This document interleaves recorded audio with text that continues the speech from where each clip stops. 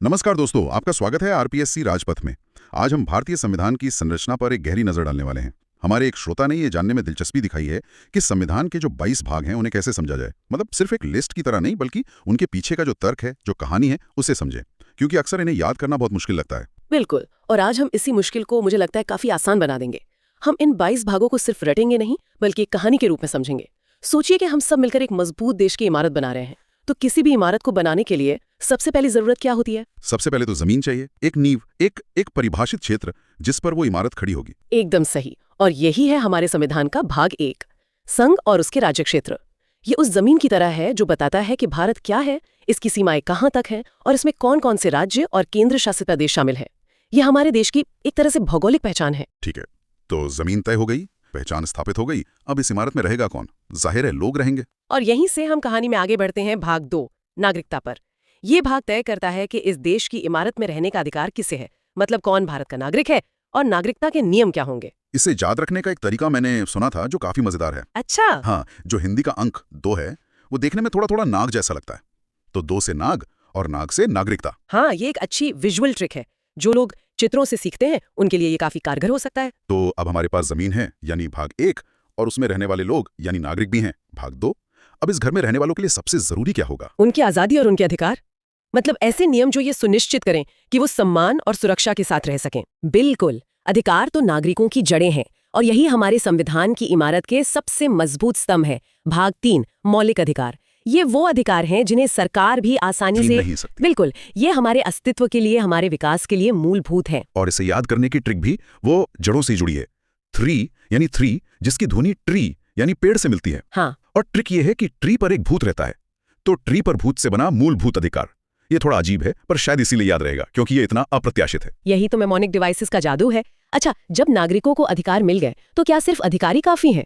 एक अच्छे घर को चलाने के लिए कुछ दिशा निर्देश भी तो चाहिए होते हैं। हाँ, एक तरह का ब्लूप्रिंट कि घर को और बेहतर कैसे बनाया जाए। और यही शायद राज्य की भूमिका आती है। आपने सही पकड़ा। ये है भाग 4, राज्य के नीति निर्देशक तत्व यानी directive principles of state policy. इसे हम शॉर्ट में डीपीएसपी भी कहते हैं। ये सरकार के लिए एक तरह के दिशा निर्देश है कि देश को कैसे चलाना चाहिए ताकि एक कल्याणकारी राज्य बन सके। ये मौलिक अधिकारों की तरह कानूनी रूप से लागू नहीं होते हैं, पर यह देश का नैतिक ढांचा है।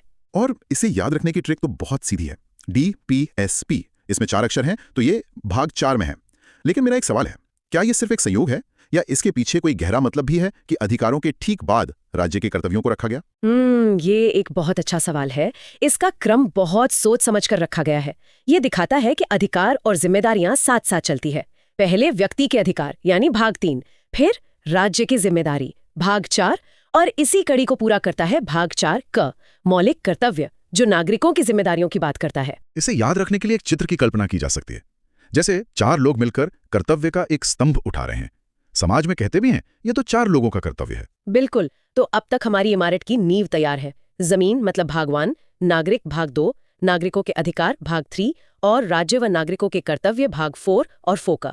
अब इस नींव पर शासन का ढांचा खड़ा होगा। और ढांचे की शुरुआत तो सबसे ऊपरी मंजिल से ही होगी, यानी केंद्र सरकार से। एकदम सही। और यही है हमारा भाग 5, संघ, द यूनियन।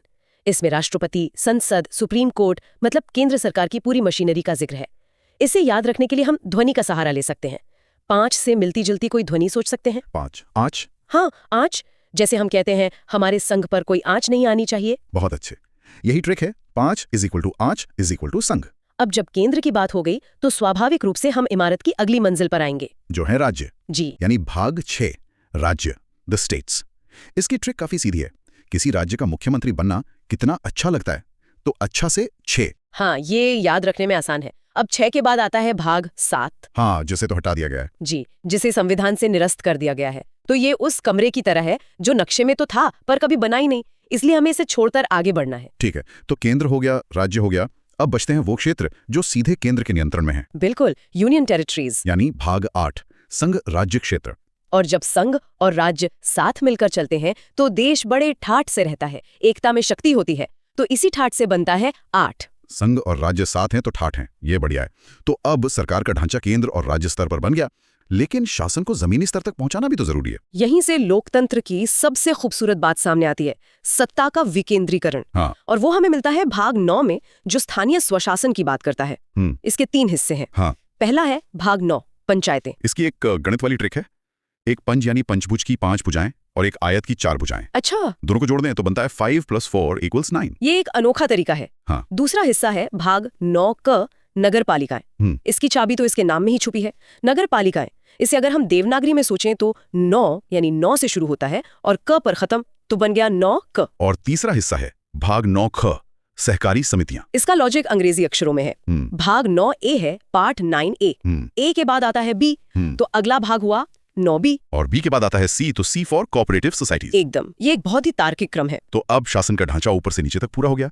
अब कुछ ऐसे क्षेत्र भी तो हैं जिनके लिए विशेष प्रावधानों की जरूरत है। बिल्कुल, और ये है भाग 10 अनुसूचित और जनजाति क्षेत्र।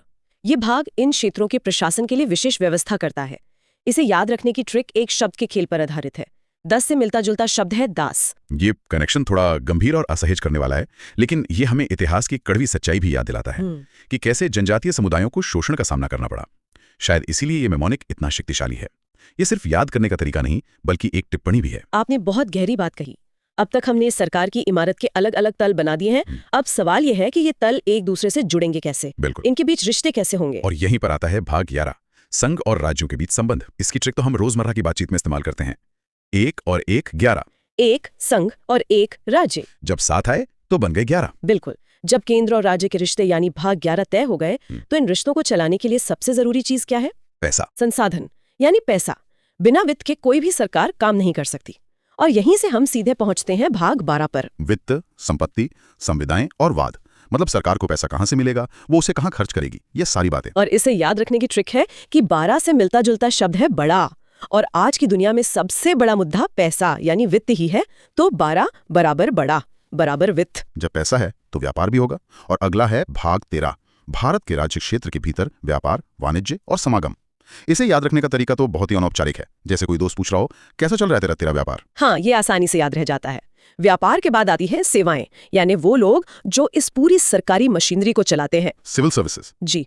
भाग 14 संघ और राज्यों के अधीन सेवाएं, यानी हमारी नौकरशाही। इसकी अंग्रेजी ट्रिक है 14 यानी 14, जो फोर्ट यानी किले से मिलता जुलता है। पुराने समय में लोग किले में राजा की सेवा करते थे। सही है, तो 14 इस फोर्ट इस सेवा। हाँ। और अब देखिए, एक बहुत ही लॉजिकल क्रम है। जहां सेवाएं होंगी वहां कर्मचारियों से जुड़े विवाद भी तो हो सकते हैं। हाँ बिल्कुल। उन विवादों को जल्दी सुलझाने के लिए क्या चाहिए? कोई विशेष अदालत या व्यवस्था। बिल्कुल, और वही व्यवस्था है भाग 14 क अधिकरण, ट्राइब्यूनल्स। ये एक तरह की स्पेशल कोर्ट्स होती हैं जो सिर्फ सरकारी सेवाओं से जुड़े विवादों को सुलझाने के लिए बनाई जाती हैं, ताकि मामले जल्दी निपट सके। बहुत तार्किक। तो देखिए, पहले सेवा, फिर सेवा से जुड़े विवादों के लिए अधिकरण। एकदम। अच्छा, तो अब हमारी इमारत तैयार है, उसके नियम तय हैं, उसे चलाने वाले लोग भी हैं। अब इस पूरी व्यवस्था को चलाने वाले शासकों को कौन चुनेगा और कैसे? यहीं पर लोकतंत्र का सबसे बड़ा पर्व आता है, चुनाव। और हमारा भाग 15 है निर्वाचन, इलेक्शंस।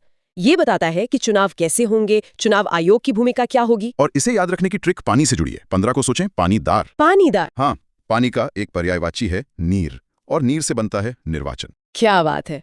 तो अब मुख्य ढांचा तैयार है। अब हम इमारत के कुछ विशेष कमरों और सुरक्षा प्रणालियों की ओर बढ़ते हैं। भाग 16 कुछ वर्गों के लिए विशेष उपबंध। यह समाज के पिछड़े वर्गों के लिए सकारात्मक कार्यवाही यानी आरक्षण जैसे प्रावधानों की बात करता है। इसकी ट्रिक है 16 की ध्वनि को सोना से जोड़ना। सोना कीमती होता है और कुछ विशेष लोगों के पास होता है, तो 16 = सोना = विशेष उपबंध। सही है। इसके बाद आता है भाग 17 राजभाषा, ऑफिशियल लैंग्वेज। जी, यह तय करता है कि संघ की और राज्यों की आधिकारिक भाषा क्या होगी। इसकी ट्रिक थोड़ी नाटकीय है, पर मौजूदा बहस को देखते हुए प्रासंगिक लगती है। 17 से मिलता जुलता शब्द है खतरा। खतरा। हाँ, और अक्सर यह बहस होती है कि हमारी राजभाषा पर अंग्रेजी के बढ़ते प्रभाव का खतरा है, तो 17 = खतरा = राजभाषा। ये एक दिलचस्प नजरिया है। अब बात करते हैं इमारत की आपातकालीन सुरक्षा प्रणाली की। भाग 18 आपात उपबंध, इमरजेंसी। ये देश पर किसी बड़े संकट के समय सरकार को विशेष शक्तियां देता है। इसकी ट्रिक तो हर युवा अपने जीवन से जोड़ सकता है। 18 साल के होते ही जिम्मेदारियों का आपातकाल शुरू हो जाता है, करियर, भविष्य, सब कुछ। ये तो 100% सच है। अब हम सीधे भाग 20 पर आते हैं, क्योंकि भाग 19 इस क्रम में उतना महत्वपूर्ण नहीं है। ठीक है। भाग 20 है संविधान का संशोधन, अमेंडमेंट। समय के साथ हर चीज में बदलाव की जरूरत होती है, और संविधान कोई पत्थर की लकीर नहीं है। यह भाग उसी बदलाव की प्रक्रिया बताता है। इसकी ट्रिक है बस। जैसे हम कहते हैं, बस बहुत हो गया, अब इस कानून में संशोधन करना ही पड़ेगा, तो बस से 20। बिल्कुल। अब हम कहानी के अंत में हैं। भाग 21 अस्थायी, संक्रमणकालीन और विशेष उपबंध। यह उन नियमों की बात करता है जो संविधान लागू होने के समय जरूरी थे, लेकिन शायद हमेशा के लिए नहीं। इसकी ट्रिक बड़ी अनोखी है। 21 को अंग्रेजी में कहते हैं 21, जिसकी ध्वनि किस से मिलती है अच्छा। और किस से संक्रमण फैलने का डर रहता है। तो किस से संक्रमण यानी भाग 21 में संक्रमणकालीन उपबंध। ये तो कभी नहीं भूलेगा। और अब बिल्कुल आखिरी में इमारत के बाहर नेम प्लेट लगाने का समय। भाग 22, संक्षिप्त नाम प्रारंभ, हिंदी में प्राधिकृत पाठ और निरसन। इसकी ट्रिक अंकों में ही है। जब हम संक्षिप्त नाम लिखते हैं तो चाहते हैं कि उसमें कम से कम 2-2 अक्षर तो हों। हाँ, तो 2-2 से बना 22। तो ये थी हमारी कहानी। हमने देखा कि संविधान सिर्फ एक किताब नहीं बल्कि एक तार्किक संरचना है, एक इमारत की तरह जिसकी पहले नींव रखी गई, फिर ढांचा खड़ा हुआ, फिर उसे चलाने की मशीनरी लगी और अंत में विशेष कमरे और बदलाव के नियम बनाए गए।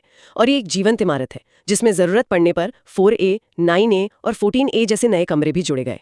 और अब जाते जाते सभी सुनने वालों के लिए एक विचार। हमारी यह संविधान की इमारत 70 साल से भी ज्यादा पुरानी हो चुकी है। अगर भविष्य में इसमें एक नया कमरा यानी भाग 23 जोड़ा जाए तो वो किस विषय पर होना चाहिए? क्या वो डिजिटल अधिकारों और डेटा प्राइवेसी पर होगा या फिर पर्यावरण संरक्षण के हमारे कर्तव्य पर? सोचिएगा जरूर।